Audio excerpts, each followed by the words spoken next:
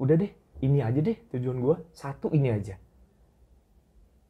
Kalau gue meninggal, kalau gue udah nggak ada lagi di dunia ini, gue pengen lo semua ingat sama gue, udah itu doang.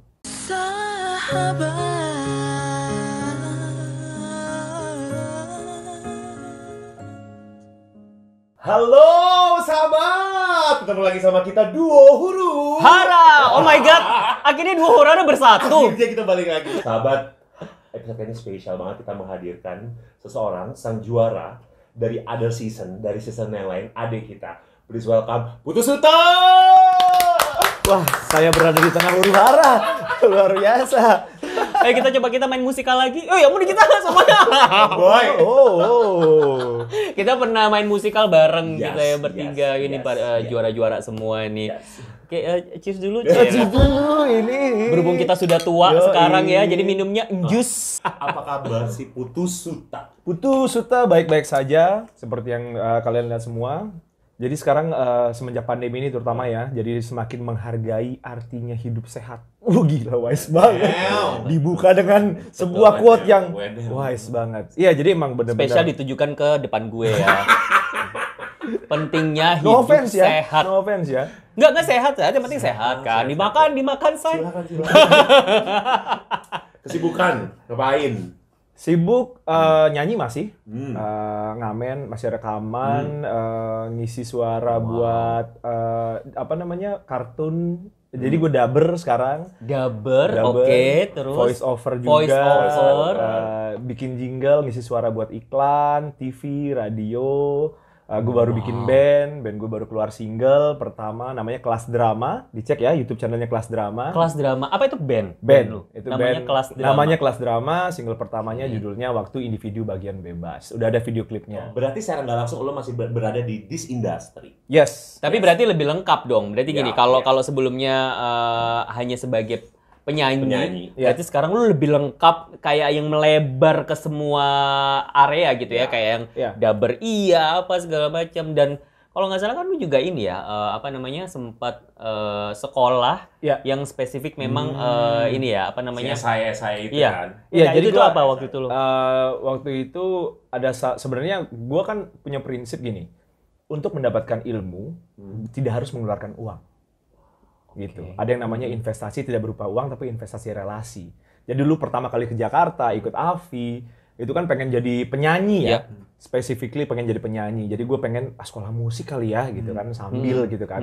Jadi gue pergi ke beberapa sekolah musik yang ternama lah di Jakarta. Tapi di saat gue sampai di situ ada satu dua hal yang membuat gue tidak nyaman, entah itu lingkungannya, entah itu kurikulumnya, tapi yang membuat gue nyaman adalah ternyata nongkrong, ngobrol sama teman-teman musisi juga bisa dapat ilmu juga. Dari situ juga akhirnya kenal, berteman, kita habis itu sampai sekarang udah ada yang bersahabat juga. Kalau mereka manggung gue diajak, kalau mereka punya gigs gue diundang, kayak gitu-gitu. Mereka punya project gue dilibatkan. Karena kan gelar gue setelah tamat SMA cuman juara AFI 3 ya. Itu gelar yang sangat gue banggakan ya. Tapi ternyata itu tidak menjamin untuk bisa dapat pekerjaan di dunia nyata ini gitu kan. Ya gue akhirnya mikir juga dong. Maksudnya calon istri gue waktu itu udah kuliah 2 kali gitu. Masa suaminya enggak gitu kan. Jadi akhirnya coba deh, waktu itu gue lagi suka-sukanya bikin video.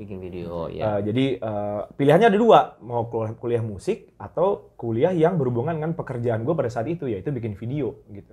Jadi akhirnya gue coba apply scholarship. Waktu itu ikut short course dulu. Ada short course-nya dulu. Jadi ikut short course, terus habis itu dibukakan jalan untuk apply scholarship. Akhirnya singkat cerita gue keterima. Akhirnya gue lulus bidangnya itu film production gitu. Wow. Di SAI Jakarta. Berapa tahun waktu itu lo? 3 tahun waktu itu. Jadi diploma setahun, terus diplomanya 2 tahun, terus habis itu sarjananya setahun. Lu memang punya kegelisahan ke sana, apa saat itu lu cuman kayak ya udah gue cuman ngelakuin aja gitu, maksud gua. Jadi sebenarnya gue punya kegelisahan itu justru pada saat di AFI. Gitu. Pada saat di AFI itu gue inget banget pada saat grand final itu dulu komentar dari almarhum Kang Hari Lusli. Sute, kamu teh bisa apa aja nih? Nyanyi rock enak, nge-rap bisa, nyanyi pop juga asoy. Cuman kamu tuh harus milih mau di mana untuk bisa ada di industri. Nah, pada saat itu gue langsung gue mesti milih nih. Akhirnya tahun 2009 itu kan jarang waktunya dari Afi 2004 ya sampai 2009 lumayan kan 5 tahun kan 5 tahun tuh gue mencari jati diri nih. 2009 gue ditemukan dengan satu industri yang namanya audio post. Jadi audio post ini yang membuka mata gue sebenarnya. Oh ternyata talent yang gue punya, suara yang gue bisa keluarkan itu tidak hanya terbatas dengan genre musik gitu. Tapi di audio post ini gue bisa jadi apa aja dan dituntut jadi apa aja. Sampai sekarang akhirnya ngejalanin itu jadi talent untuk jingle-jingle iklan. Pokoknya gue inget banget iklan pertama yang gue isi itu gue cuma siul-siul doang. Terus udah gitu they're looking for a professional whistler. Buset. Nah, professional whistler. Iya. Gila. Jadi mereka tuh ngasih partitur untuk disiulkan. Wah, oke. Kebetulan gue bisa siul dong. Ya udah teman gue bilang, coba deh bikin sampel. Terus akhirnya keterima segala macam, datang ke rekaman. Itu pertama kali gue inget banget. Waktu itu iklan kopi. Ya, iklan kopi depannya N, belakangnya E. Tengah-tengahnya SK. Iya. Ya, dan akhirnya itu berlangsung sampai saat ini. Sebenarnya kata-kata almarhum Kang Haris Lusi itu menyadarkan gue kalau oh ternyata gue bisa ngejalanin semuanya, nggak mesti milih salah satu, tapi industrinya bukan industri panggung, industrinya di balik layar, di studio ngerjain jingle-jingle iklan, hidup sampai sekarang, hidup. Nah, jadi gue salah satu dubber untuk kartun-kartun Disney, di mana mereka punya semacam apa ya video-video educational gitu, jadi belajar matematika, belajar bahasa Indonesia, tapi yang dipakai itu karakter-karakter Disney. Jadi gue ngisi Cars, gue ngisi Up, Monster University, kayak gitu-gitu. Oke. Nah, ini menarik banget ya, karena gini, ini gue aja terus terang baru tahu gitu ya.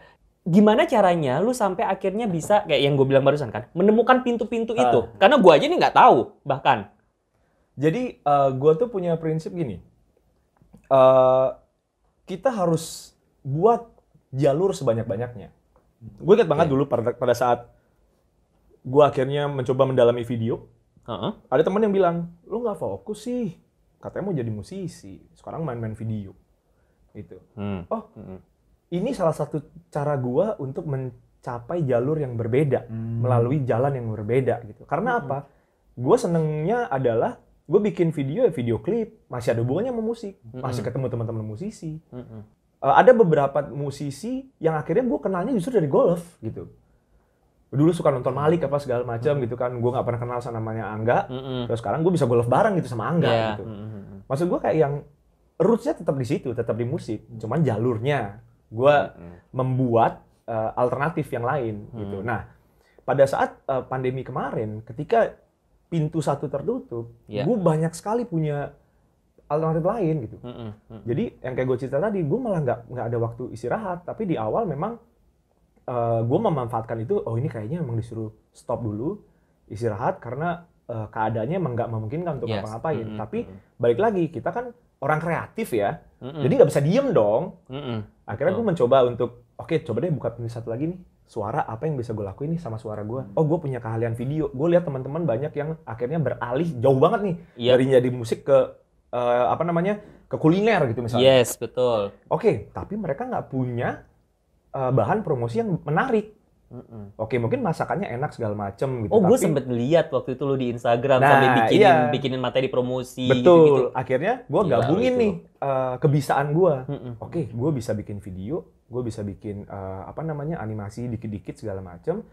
Video produk gratis. Tapi kok nggak ada musiknya yang menarik, tapi kok nggak ada voice overnya. Di mana gue baru paham ternyata kenapa bayaran seorang voice over talent itu lebih mahal daripada penyanyi. Kalau di industri gue ya, itu karena mereka yang jualan. Mereka pelurunya di mereka. Ya udah gue coba aja deh sebisa gue bikin videonya segala macem dari produk teman-teman deket aja dulu. Oh ada teman gue punya kopi nih gitu. Udah lo video-videoin deh, lo bikin kopi segala macam. Ntar gue edit segala macam, gue bikin musiknya, gue kasih VO-nya. Gitu. Kopi ini apa segala macam gini. terus udah gitu mereka bisa pakai buat promo di Instagram. Sampai akhirnya gue bikin lah satu project pada saat pandemi yang namanya iklan rumahan. Gue kan emang dulu pernah jadi sutradara iklan juga kan. Itu juga gue belajar dari si kerjaan Audio Post ini. Gue lihat gambar-gambar segala macam, kayaknya gue bisa. Akhirnya gue aplikasian itu pada saat pandemi kemarin. Ya udah, bayarnya sukarela. Lu punya materi foto kirim ke gue, lu nggak punya materi foto kirim produknya ke gue yang fotoin. Gitu. Itu membuat gue bisa bertahan hidup pada saat pandemi gitu. Bayarnya sukarela. Lu dapat materi 15 detik, lu bisa pilih buat Instagram Story atau Instagram Feed. Gue tinggal rubah formatnya doang kan. Iya. Tapi semua konsepnya dari gue. Itu akhirnya melatih gue juga untuk bikin skrip kayak gitu-gitu. Bikin konsep pas segala macam. Skill lu juga jadi nambah lagi betul, gitu ya. Tapi yang paling utama adalah gue nggak nganggur. Betul. Dan tetap dapat duit, tetap dapat cuan. Itu bonus. Iya, karena setelah pandemi ini, satu hal lagi yang mungkin gue bisa share sama teman-teman, sama sahabat semua adalah gue sudah berdamai dengan yang namanya duit. Oke. I make peace with money. Jadi gue duit itu bukan nomor satu. Semuanya butuh duit, gue paham. Iya. Tapi gue ada momen di mana yang duit gue banyak banget nih, tetap nggak bisa ngapa-ngapain. Gitu. Jadi gue kayak yang udah hands up sama duit, gue nggak mikirin duit. Sekarang gue cuman ngejalanin apa yang gue suka. Dan gue mau aja. Gue suka nih nyanyi nih, ya kan? Suka banget gue nyanyi. Betul. Ditawarin, beli. Lu mau nyanyi di sini nggak? Nggak mau. Gue mau istirahat. Bisa gitu gue sekarang. Bukannya sombong ya, nolak rezeki. Ngoyo-ngoyo terus. Iya, bukannya sombong nolak rezeki, tapi itu yang sudah gue jalankan selama 2 tahun ini, and I survive. And I'm happy. Itu yang perlu digarisbawahi. Yes. Kenapa? Maksud gue gini, kenapa sampai lu di titik yang ini? Which is gue tahu sih, itu pasti filosofinya pasti berat banget dan dalam sampai akhirnya lu memutuskan untuk inilah memilih yang sekarang ini. Iya, banyak banget emang yang bertentangan sama apa yang gua jalanin sekarang ini. Teman-teman segala macam, teman-teman denger gua gitu kan. Teman-teman Afi juga semacam kan kita kan tinggal di Jakarta udah lama ya. Semuanya berawal dari daerah. Kita mencoba untuk meraih cita-cita lah di sini kan. Sampai akhirnya kita dapat selahnya lah tinggal di ibu kota yang kompetisinya luar biasa. Kejam ini. Yang kejam, yang di mana-mana. Gue ngerasain banget tuh. Berapa tahun berkarir lah istilahnya gitu ya. Yang nomor satu pasti budget, duit. Kita keluar rumah tuh mikirin, oke, transport nih, gimana segala macem. Gue kerja gila-gilaan, nggak tidur, di atas kertas, invoice segala macem, nominalnya luar biasa, gini. Tapi kok pada saat gue mau liburan, kok gue mikir gimana ya kerjaan gue ya. Pada saat pada saat gue pengen apa tuh mikir gitu. Rumah masih ngontrak, oke lah, rumah gede apa segala macam. Karena kan kebutuhan buat bisa bikin set, syuting apa segala macam gitu kan. Gue pernah di Korea kan. Ya, di Korea pernah mampir apa segala macam. I wanna stop working and start living. Wow, berat ya. Gila. Keren, tapi quote-nya gitu. I wanna stop working and start living. Karena apa ya, gue ngerasa kayak yang bukan seperti ini kehidupan yang gue mau sih. Gitu. Oke lah, kalau dulu kan mungkin lo kayaknya, wah gila, coy banget lo kayaknya beli gitu. Ya gue nggak tidur nih, gue lagi syuting gini-gini. Wah, gue mikirnya kayak yang anjing keren nih, gue nggak tidur ya. Tapi kan gue lupa ada apa ya, kesehatan kayak gitu-gitu. Orang tua gue mikirin gue, kok nggak istirahat segala macam. Tapi gue juga nggak bisa ngasih juga ke orang tua kayak yang sampai saat ini kan maksudnya kayak yang sampai kemarin itu detik kemarin tuh kayak yang gue mau ngasih apa tuh kayaknya nggak bisa gitu. Job gue turun nih, cair nih, invoice gue cair semua nih. Wah, pokoknya itu adalah satu momen di mana gue punya duit yang paling banyak seumur hidup. Oke, gue bilang sama bini gue kan, nanti kalau udah cair kita harus makan enak, kita celebrate, kita rayakan.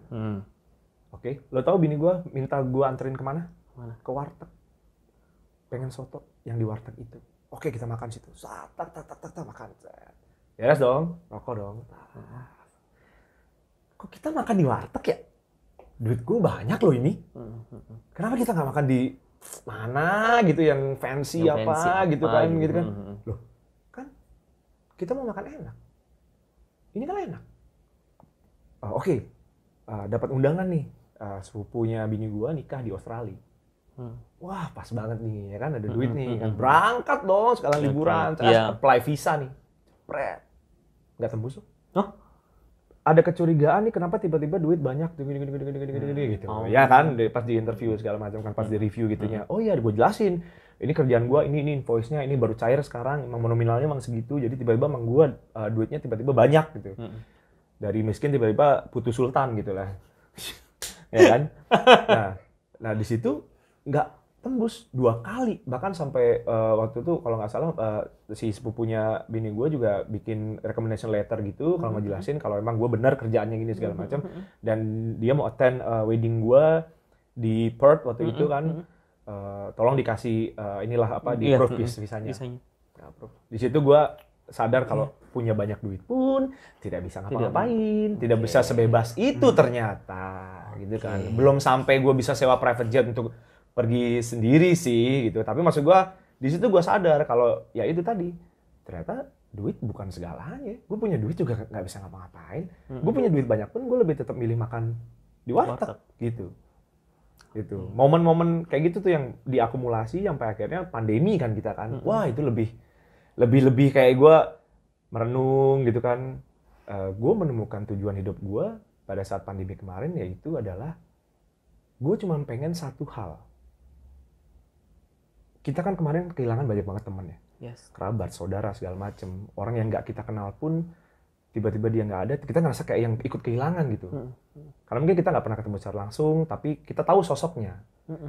Kita tahu dia orangnya seperti apa dari orang-orang terdekatnya gitu. Gue nggak tahu kapan persisnya, tapi ada satu momen, satu malam, satu saat itu gue ngerasa kayak, oh ini sih yang gue cari. Udah deh, ini aja deh tujuan gue, satu ini aja. Kalau gue meninggal, kalau gue udah nggak ada lagi di dunia ini, gue pengen lo semua ingat sama gue, udah itu doang. Mau yang baik, mau yang buruk, pokoknya lo ingat aja sama gue. That's it. Udah, habis itu udah. Hidup gue sejak saat itu berjalan dengan lega sekali. Ada yang pengen banget nih gue lakuin. Gue pengen ngajak istri gue jalan-jalan. Dia kan semenjak pandemi, sebelum pandemi juga dia orang rumahan kan, anak rumahan banget. Apalagi setelah pandemi ini dia sama sekali nggak pernah keluar rumah. Pokoknya dia paling jauh tuh ke supermarket aja. Itu juga bareng gue. Itu rumah gue di Gunung Sindur, kita paling jauh pergi tuh ke Ion. Itu aja dia pulang udah masuk angin. Dan dulu dia kan emang ya seperti pada ibu-ibu pada umumnya ya penggemar drama Korea ya kan, penggemar Korea. Jadi gue kayak pengen satu hari ngajak dia jalan-jalan ke Korea. Itu salah satu goals gue, target gue. Karena selama ini gue selalu pergi ke luar negeri sama istri orang, mohon maaf ya. Kerjaan ya, sama istri orang banyak nih. Gitu. Jadi ada salah satu salah satu hobi gue juga yang akhirnya jadi side job lah, ini bisa dibilang side job. Jadi gue punya side job tuh yang sangat-sangat menyenangkan, yaitu holiday trip fotografi. Ada orang liburan nih, ya kan? Lu apa aja sih yang lu kerjain nih, Sute? Pokoknya kalau gua Palu Gada. Lebur. Ingat yang terakhir ya, Palu Gada lebur. Apa lu mau? Gua ada lebih murah. Asik, bener. Oh bener. Itu Palu dia. Gada lebur. Bener. Dia. Kalau mau gua ada lebih murah. Makanya laris banget, leburnya itu lebih murah. Itu. Jadi gue inget banget pertama kali gue jadi diajak trip satu rombongan ada 200 orang, 100 orang 4 bus lah pokoknya itu. Kita pergi ke Taiwan, gue foto-foto jepret. Habis itu ditarik lagi sama company lain, sama travel agent lain ini. Akhirnya udahlah berkembang semua sampai akhirnya jadi langganan satu corporate yang kemanapun mereka pergi, gue diajak. Sampai satu titik mereka nanya, Sud, lo mau kemana, Nar? Hah? Maksudnya gimana? Iya, kita kan udah pernah kemana-mana nih. Lu aja deh mau kemana, ntar kita ikut lu. Hah? Kenapa jadi gue yang nentuin gitu? Akhirnya tip terakhir itu sebelum pandemi itu gue inget banget, kita ke New Zealand. Gue bilang, gue pengen ke New Zealand deh. Terus akhirnya udah kita berangkat.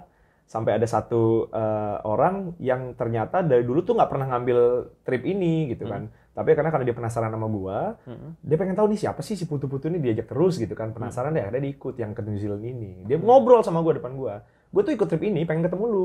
Penasaran gitu. Kenapa sih lu diajak terus? Padahal lu kan bukan karyawan, bukan rekanan partner kerja kita juga gitu. Lu strangers gitu, out of nowhere tiba-tiba kayak sering banget nih nama ada di itinerary nih. Siapa nih gitu? Oh, fotografer. Kenapa dia selalu diajak? Padahal kan fotonya biasa aja gitu kan. Padahal sebenarnya kan kalau soal fotografi handphone lu lebih canggih, bisa ngambil gambarnya bagus segala macam. Lu punya kamera yang jauh lebih canggih. Sebenarnya buat gua pribadi tuh kalau yang buat awam kan cukup landscape-nya kelihatan, lo di mana gitu kan, lo nya kelihatan, udah gitu doang gitu kan. Tapi kata mereka adalah, oh enggak Sud, soalnya lo enak diajak ngobrol. Lo bisa diajak diskusi soal apa aja, soal fashion, soal culture, apa segala macem, gini. Sama lo bisa ngehibur kita, kalau lagi di jalan, lagi lama gini, lo bisa nyanyi kan. Oke, baik, pakai lengkap. Dan bener. Ternyata waktu pada saat trip itu, gue ingat banget kita lagi di restoran mau ke Mount Cook ya kalau nggak salah. Kita pokoknya harus naik helikopter aja ke situ. Itu kan sewanya helikopter tuh ya tidak sanggup lah saya ya.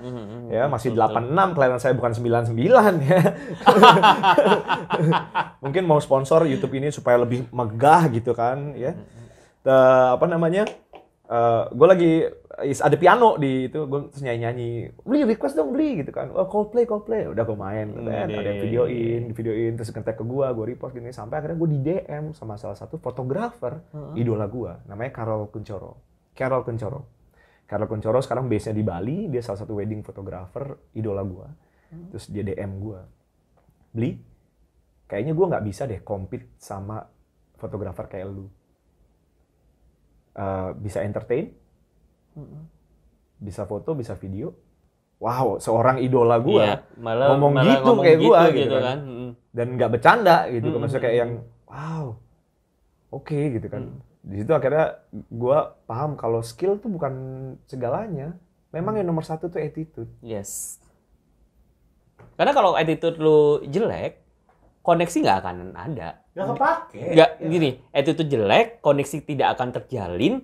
Koneksi tidak terjalin, pekerjaan apapun itu, kesempatan tidak akan datang. Udah. Jadi ujung mulanya attitude. Itu.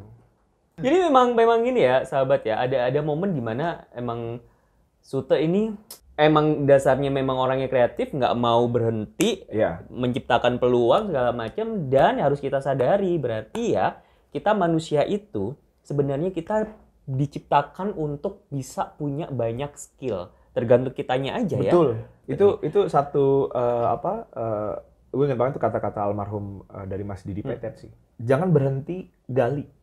Ya. Gali aja. Kita belum pernah tahu kalau kita nggak nyoba. Yes. Makanya salah satu yang sering kali gue lakukan, yang selalu gue lakukan adalah kalau ditawarin apapun yang gue ngerasa kayak gue bisa nih, yaudah gue bisain aja dulu. Pusing belakangan. Apakah seorang lo pada saat ingin melakukan sesuatu punya kemudahan tersendiri, atau labeling kejuaraan lo itu malah menjadi beban? Nggak jadi privilege apa gitu. Privilege menyandang gelar juara itu kan. Waktu itu kan memang kita memang di highlight banget ya di semua media, hampir semua media gitu. Semua orang tahu kita. Gue pulang ke rumah waktu itu emang nggak bisa masuk. Gang gue tuh nggak bisa masuk, penuh orang. Sampai mau makan aja susah, tapi kadang-kadang nggak perlu bayar. Banyak sih, banyak kemudahan yang gue dapet.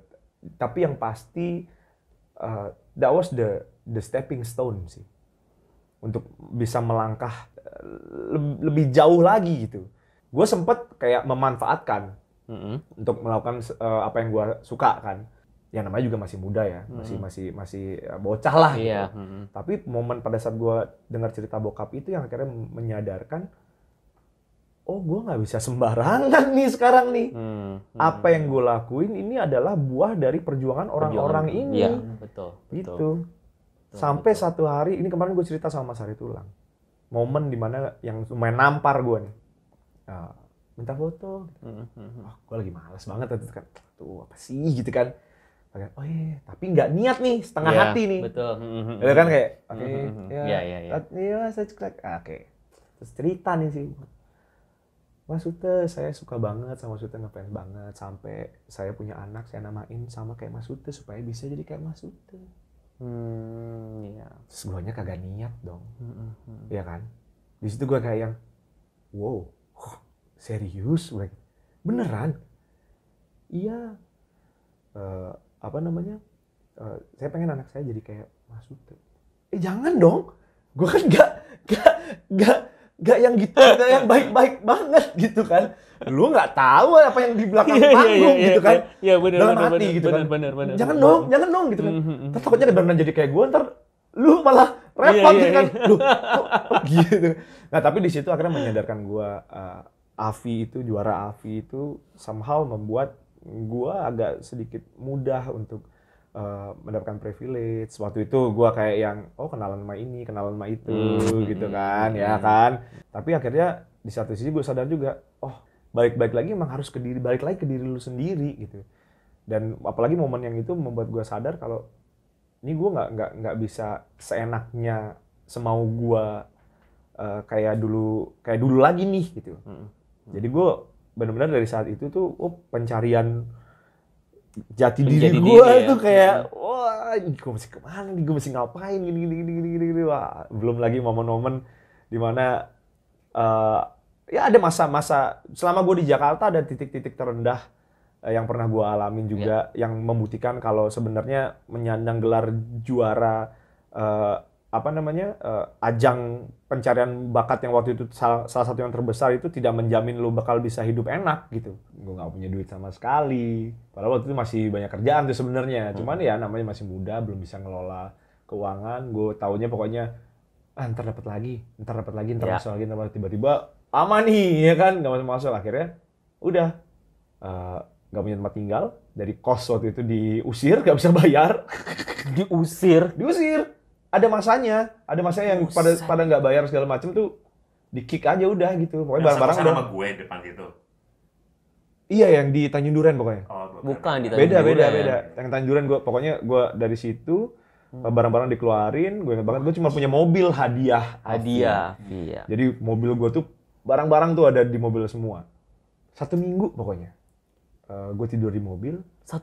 Tidur di mobil 1 minggu? Enggak, jadi gini, keadaan gue itu nggak punya duit 1 minggu. 1 minggu. Jadi benar nol banget. Oke. Tapi ini salah satu yang gue belajar juga. Investasi kayak gue tadi bilang tuh, investasi nggak berupa duit, tapi investasi juga relasi. Beruntung gue punya teman-teman yang baik-baik banget. Jadi waktu itu zamannya film Yes Man, Jim Carrey.